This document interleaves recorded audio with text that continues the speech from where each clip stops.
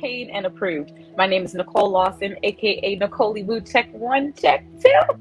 And I'm coming to you live from New Jersey. I have to apologize a little bit for the blank walls, but you guys didn't come here to hear my walls. If you're staying on the live, you're staying because you actually want to hear what I have to say. So I hope you get the message in the middle of moving things around in the house. So anyway, I just wanted to share something with you. First of all, this live is more so for ladies who may still feel overlooked, maybe cast down, shut up.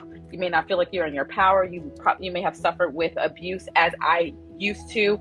If you are already, living your best life, walking in your full authority, this is not for you. But I would appreciate your support and maybe sharing this or tagging some ladies that may hear the message from me. That you know how it goes when people are really, really comfortable with you. Sometimes they don't necessarily hear what you have to say, although it's just as valuable. Sometimes it's better for them to receive it somewhere else. So if that's the case, and you're staying and supporting and sharing this, then thank you. So I am a single mompreneur of 4. I am a singer. I'm an author. I'm an actor. I actually just created a new book that is for pre-order, and I'll make sure I put a link right now in the comments. That book is called Record of Wrong.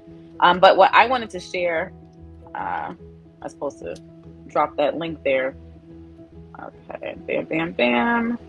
Let me go up here and delete my auto text that was not correct. But I had a thought, so I wanted to share it with some of you. If it resonates with you, then great. If it's for you, it's for you. So there are 3 things that I did, and I would say in my last 5 to close, I'd say 5 years of my 40 years of life. Just turned 40. Hey, happy birthday to me. So in my last 5 years of life, these are 3 things that I really got intentional about doing to unfuck myself. I hope it's okay to use that word. If not, a moderator or somebody put it in the comments and I'll stop saying it. Okay. So 3 things that I did to unfuck myself. Number 1, I leaned, that church thing. I grew up in church, and there's a song and everything else that says lean not into your own understanding. Well, the first thing I started doing more of was leaning more into my own understanding, and I'll break it down in a minute. Number 2 was I decentered men. I know that if you got any pick-me-sha left in your spirit, then that is going to upset you. And I hope that you can sit with that level of uncomfortability while I talk a little bit more about that in a second. And number 3 is I got self-full. You can call it selfish if you want to. I don't give a shit. I don't care. I got self-full, selfish, self-centered, whatever you want to call it. I decided I am the goddess of my life. And I'm not centering everybody else's wants and needs, and especially men, because that's how I was raised and I was, kind of brought up to be. Now I am making myself the center of my life. I am the supplier of so many things, and everything needs to revolve around its supply. The supply, me, the queen bee, the queen mother. I am self-full. So a little bit of the backstory as to what got me to this place that I'm at now. Unfortunately, I was raised by a narcissistic father. Some of the typical black male preacher trope, I lived a lot of that. Do I still love my father? Absolutely. Do I forgive him? Wholeheartedly. And it took a long time to get to that place. However, just because you forgive somebody does not mean you have to condone or accept or shrug off or say, oh, it's okay, that's just the way he is. Fuck that. Tell the truth. Tell the truth and shame them devils. I had for me, a lot of my upbringing was horrible. It was very hurtful. And the abuse that I suffered by his tongue, which was a sword to me the majority of my life, and by his hand that he used, that he raised against me. I would say from my preteen years all the way up until the end of my teen years. I mean, all the way up until I was 18, and then after that, I wasn't having it no more. So he knew better. But yes, the hand and the tongue that he raised against me, it conditioned me, and it taught me things. It taught me to make men God in my life that I must fear. I must cater to their emotions and things like that. And then it also trickled into my relationships, my second marriage, the boyfriends that I had, even some things in the first marriage. 2 divorces, 4 children. 2 divorces, 4 children was the outcome of a lot of abuse. One of the worst experiences I had was a couple years ago, 2017, when one of the last boyfriends that I dated. And I thought he was, just amazing. And he's still to this day, he's so, what's the word?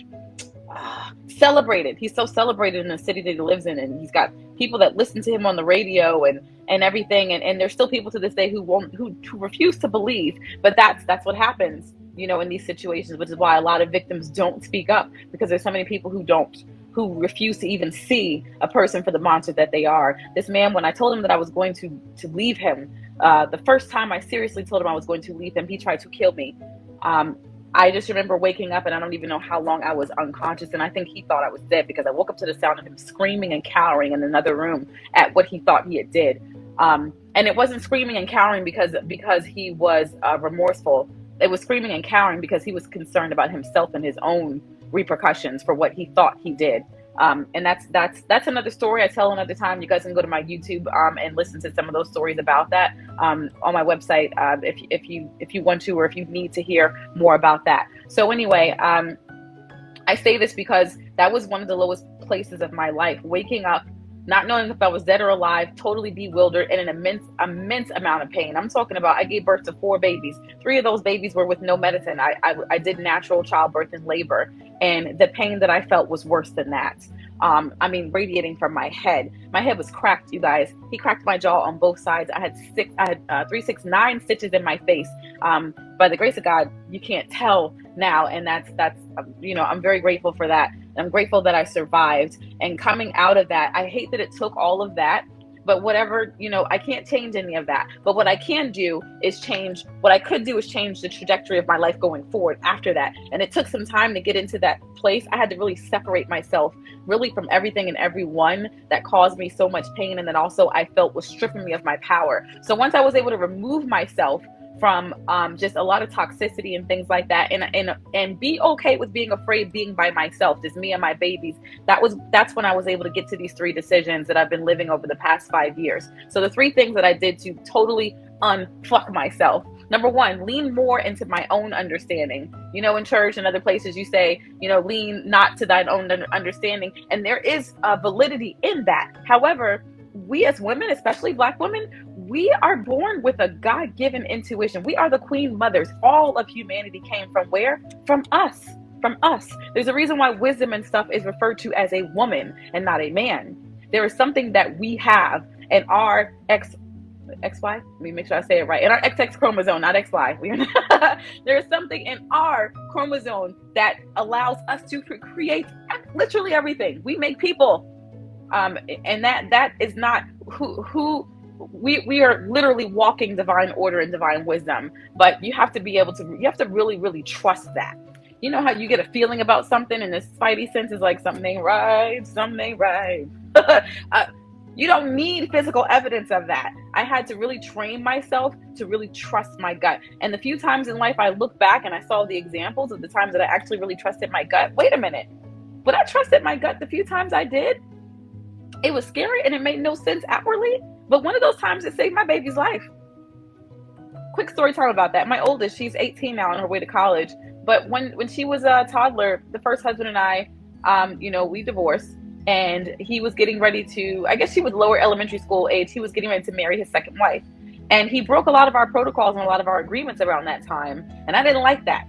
And when he was getting ready to have somebody else drive 2 states over to pick my baby girl up, and then her ride back up to where he was for the wedding, I really grappled with it because we were friends and I didn't want to look bad, but something in my gut kept saying no, tell him no. Either he comes to get her like he usually does, or he makes arrangements that, first of all, his frat brother, I knew his frat brother that was going to pick her up, but she didn't know him at all.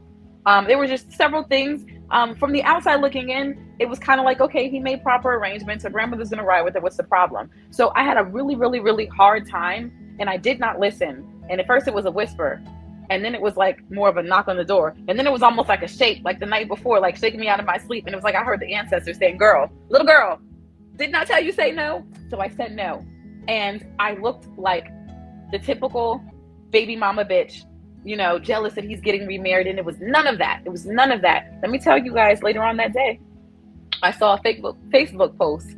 And this is after I got the vitriol and the hate messages from some of his frat brothers and other things like that. That you're wrong for this. You're wrong for this, not letting your daughter come to the wedding. And it's not that I would not let her go, but it was just the arrangements that were made. Something just was not right. Something was not right. And I said it several times. Later on that day, I saw a Facebook post. The frat brother that was supposed to take her, he got into a car accident somewhere between the second stayed in the third. He got into a car accident and his car was totaled on the way to the wedding. And guess where the majority of that damage was? The back seat. Guess who would have been the most vulnerable person in that situation in that car? And she would have been traumatized, or even worse, killed by that car accident, because she would have been in that car. My baby. I'm gonna leave it there. I'm gonna let that sit there. Trust your gut. Trust your gut. Don't let anybody talk you out of it.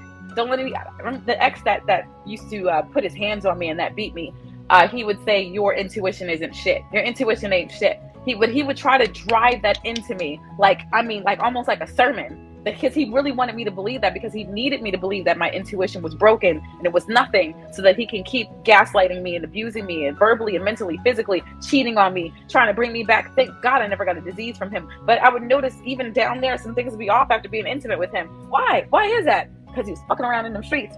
Okay, lean more into your own understanding, as in trust your gut. You have a deeper understanding inside of you, and when you trust that, oh my God, the way that it saves you every single time and helps you make wise decisions from a place that is beyond you. Now, the other side of that, it does not mean that you should neglect wise counsel. If you believe in the Bible and sacred scriptures, there's a scripture that says that plans fail for a lack of wise counsel. This doesn't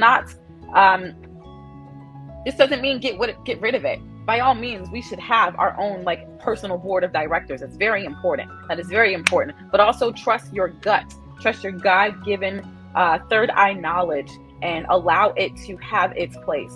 Allow that presence to have a seat at your table of your personal board of directors. So number 2, decentered men. This was especially hard for me, and I'm still grappling with that right now. Am I in a relationship? Absolutely. Should that relationship be the center of my life? Absolutely fucking not. Decenter men. I'm 40 years old, so my entire life I've been told, from before even elementary school, that ain't nobody gonna want you, no man's gonna want you if there's no man's gonna. Who the fuck cares? Who cares what they want? And guess what? I can have my wig off and have my BDBs. I cut all my hair down to almost to the core to start. I could be in the grocery store right now with this tank top on, these long socks I got on, and these shorts that don't even match. In the grocery store, going to pick up some stuff, and it's happened. No makeup, no jewelry, BDBs in my hair, some raggedy flip-flops on, if I wanted to, and there's still always going to be one of them checking for me. Okay, whatever. Decenter them. It doesn't matter what they want. What they want and what they need is not first. It is not first. We live in a very patriarchal society that is still, we've got our rights. When I was born, we as women didn't have a lot of rights. We could not even have our own bank accounts, which is why we needed their name. We had to have their name, and we had to have them in their house for protection and for other things. Nowadays, I don't need you to kill bugs. I don't need you to do this and that. And if you don't want to, and you withhold that, because a lot of them will, in order to try to, or use their peen as a weapon, or take away, certain things as a weapon to try to to try to keep you in your place. We got Fiverr. We got all kinds of stuff. Men do not have to be the center of your life. Am I saying hate them? Absolutely not. They have their place. They have their place. For some of us, it may just be that all they can do is work for us. I don't know. For some, you might be addicted to one for good sex, or maybe you're lucky enough to have one. I kind of feel like if a man is not full of toxic masculinity, if he doesn't almost hate women, even if he doesn't reveal it to you for a long time, you got a unicorn. You got a unicorn. I am of the mindset of Princella more and more, I must say. I don't think that most of them are fully capable of actually loving, leading, protecting, and providing. And that's me. You don't have to adopt that. But I think that you don't need to center them. You don't need to make them the center of your life and the center of your world, and tiptoe around their emotions, tiptoe around their feelings. Or, I've watched, and this still breaks my heart thinking about this. My mother taught me so many amazing things, and she's such a phenomenal, beautiful woman. She's a beautiful Z. I call her a Z kitty because she's a Zeta, and she is very much a kitty cat. Very much a kitty cat. When she talks and when she sings, she purrs. I mean, the divine femininity that oozes out of her when she's in the right position to shine is freaking amazing. So shout out to my mama, Michelle. Michelle McKelly. She taught me how to sing. She's got a beautiful voice and she's an amazing storyteller. And, you know, she's living the life that she chose, and it is what it is. And you can always want more for other people. And that's that. So I'm trying to keep that part of what I want to say subdued. But I will say this. I grew up, she told me growing up many times, and she would recount this story a lot about how she was a professional singer here in New Jersey, a professional gospel singer, but she gave it up. She said she gave it up because one of the producers was stealing money, but she would also talk about how hard it was to be a mother and to be a professional singer and a wife. And not only is she a wife, she's also a preacher's wife. And she is married to a black man that, to my, as far as growing up with him, my whole life, he never conquered his demons. So she packed away her lights. She packed away her star, so that it would not be a problem for her relationship with him. She prioritized her relationship with him, taking care of him, supporting him, pubbing him, being his publicist, making him look better than he deserved in front of other people, making excuses for his toxicity and all that. That's the life that I lived. That's what I learned. You know, growing up. Is that for everybody? No. But again, this is for people who can relate to that. I want to help you free yourself from that bullshit, because it took me a long time, and it doesn't have to take you. And I want you to know that you're not alone if you lived with some of those things as well. So yes, decentering men, decentering. I remember one time when my mother joined her sorority. I think I was just fresh out the house in college. She started getting her degrees when I was in my 20s, and I would watch him, and I would watch his reaction to it. It was of disgust. He was jealous of her.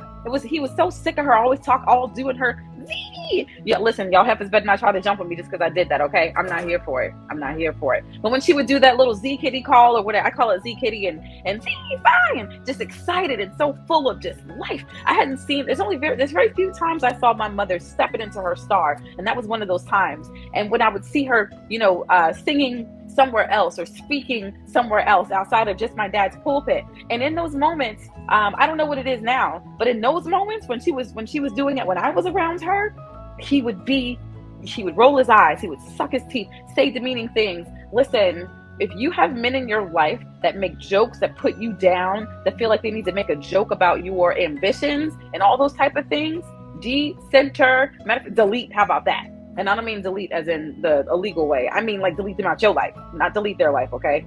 Reel it back in. But delete them out your life. And if you cannot, decenter their asses, okay? Decenter them. You need to be the center, and that's number 3. I decided I was going to become self-full. I don't care how uncomfortable it makes the men around me feel anymore, because they all do what? I'm the source. Women are the source of everything they need to survive. Sex, washing their dirty ass drawers, you know, creating a home, being, even if it's someone you're not intimately involved in. How many times have you had a boss or a friend or a brother or a cousin want to talk to you because of that queen mother energy, and, you know, pick your brain or come to you for solace? We provide everything that they need, like literally everything, including their life, because we make those people. So why is it that we actually are the center? Because everything they do revolves around us, but we center them instead of. I had to become self-full. I had to flip that. It made no sense. If I'm the source, I need to be first. I need to be first. I need to be self-full, self-fish, self-centered, whatever you want to call it. I like to use the term self-full. That's my favorite term out of all of them, but I don't care which one you use. Pick one and run with it. I had to put me first. I cannot show up the best for my children. I cannot show up the best for myself first. I can't show up the best for my boyfriend, or whoever, you know, and other people, if I am not making sure that I am self-full and I'm always taking care of my needs and my wants first. Okay, that's what you want. That's what's up. But did I get what I want first? Everything about me needs to be good first. You know, if mama ain't happy, nobody's happy. There's something to that. And a lot of men hate that term, but oh well. We're literally designed to be receptacles and to receive. And to receive the right things. And I think it starts with, I've come to believe that it starts with what I give myself first. So that's it. Almost 20 minutes exactly. Those are the three things that I really, I mean, it sounds so simple, but it can be so hard depending on who you are in the moment. So those are the three things. And those are the three, I would say almost, there's other things, but those are some of the three main foundations of my life that has really helped me to get to a place of peace, a place of personal power.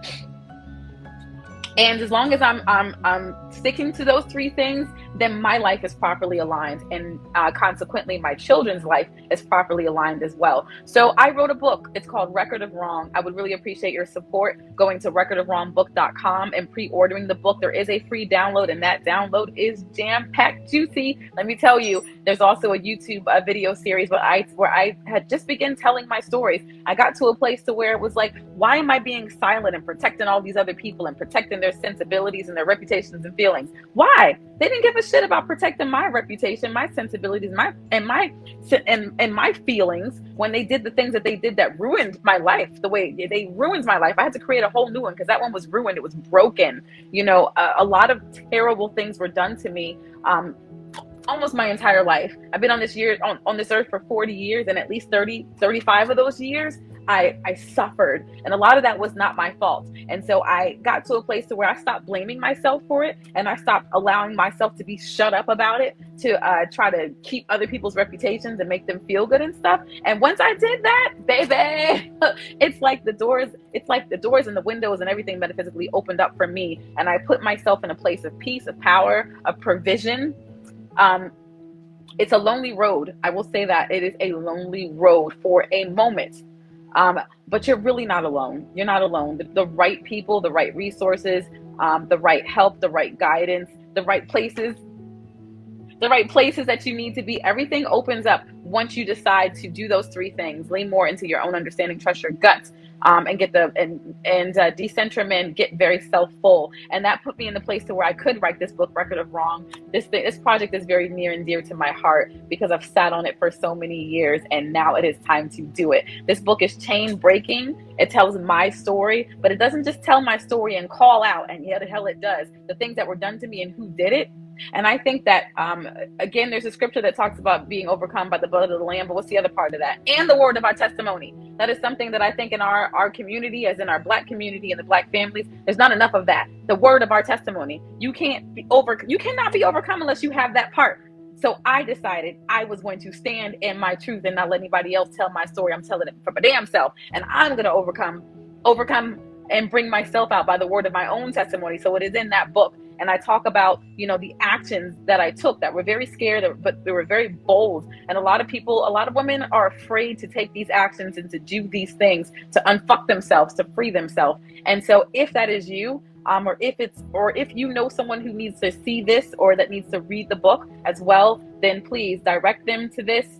You can send me an inbox and I'd be happy to send them a free download or have a quick chat with them. I would love to be in a place where very soon I can give away free copies of the book as well. But either way it goes, I appreciate your support. If this resonated with you, then go to recordofwrongbook.com, pre-order that book. It comes in a couple of different options, digital all the way to hardcover with or without signature. And at the end of the day, I am here. I'm here for a couple of things. One of those things, of course, is for my personal vision for me and my children, and also for my vision to allow myself to be shown as a victor, not a victim, and to hopefully convince and to show other women and to help them, to give them permission to be the same as well. You're living the life of your dreams. So in this moment and in every moment, you're living the life of your dreams. So dream bigger, reject whatever's beneath that, and go wholeheartedly toward the life, what you want. At the end, every day, your decisions are creating your lifestyle. All right, you guys, bye-bye. Much love. And